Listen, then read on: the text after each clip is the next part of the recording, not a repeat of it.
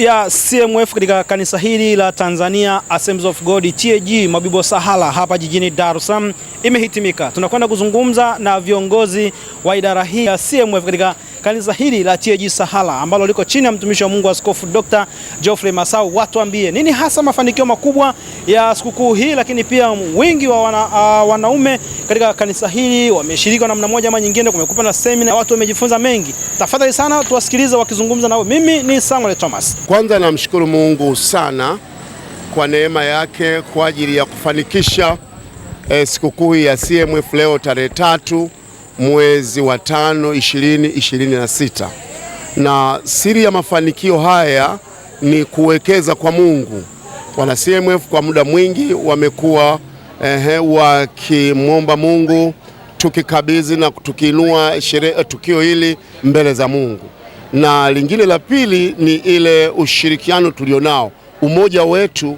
Tumeshikamana kuanzia viongozi na wanachama wenyewe wanaume, tumekuwa na mshikamano. Kwa hiyo hii ndiyo siri ya mafanikio. Kwa ujumla tulivyofanya mwaka huu, tunatamani tufanye zaidi mwaka huu unaoanza sasa 2026 2027.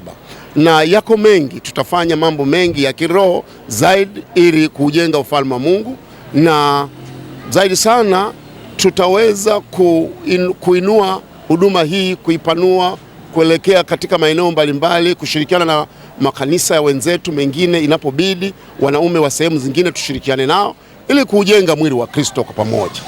Kwa majina naitwa Yohana Rueza, makamu katibu wa idara ya CMF Sahara TAG.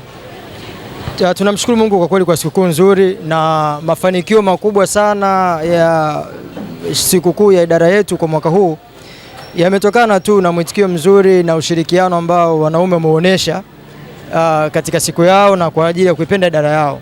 Kwa haikuwa kazi kubwa sana, of course, kuorganiziana kwa ajili ya kufanya mambo mbalimbali kwa ajili ya utumishi wetu, lakini pia wamekuwa ni watu ambao wameshirikiana na viongozi kuleta maono nini kifanyike, na wamejitoa, wametenga muda wao zaidi sana, wameweza kujitoa kwa mali zao pia kwa ajili ya kufanikisha shughuli ya leo, kwa sababu lengo kubwa of course ni kutegemeza nyumba ya mchungaji na familia yake. Kwa hiyo tunashukuru kwa hilo na kwa muda wao, maombi na uwepo wao pia kwenye ratiba na shughuli zote za wiki nzima hii mpaka kufikia leo tunapohitimisha.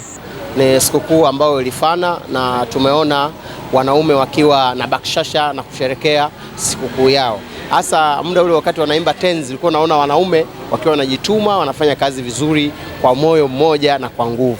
Lakini pia tungo na nyimbo zao walizoziimba zimeonekana za kisasa, lakini pia zikiwa na ujumbe ambao ulikuwa umebeba ujumbe wa CMF wa mwaka huu ya mwanaume ni utukufu wa Mungu. Kwa majina anaitwa Ulimboka Sem, ni mtumishi wa Mungu mahali hapa TAG Sahara Spiritual Center. Sikukuu ya leo niliyoiona, nimeona ni nzuri, ilifaana kabisa. Ushauri wangu kwa wanaume ni kwamba waendelee kumtumikia Mungu na kuihubiri Injili. Kama kauli mbiu zinavyosema kwamba mwanaume ni utukufu wa Mungu, ni mfano wa utukufu wa Mungu.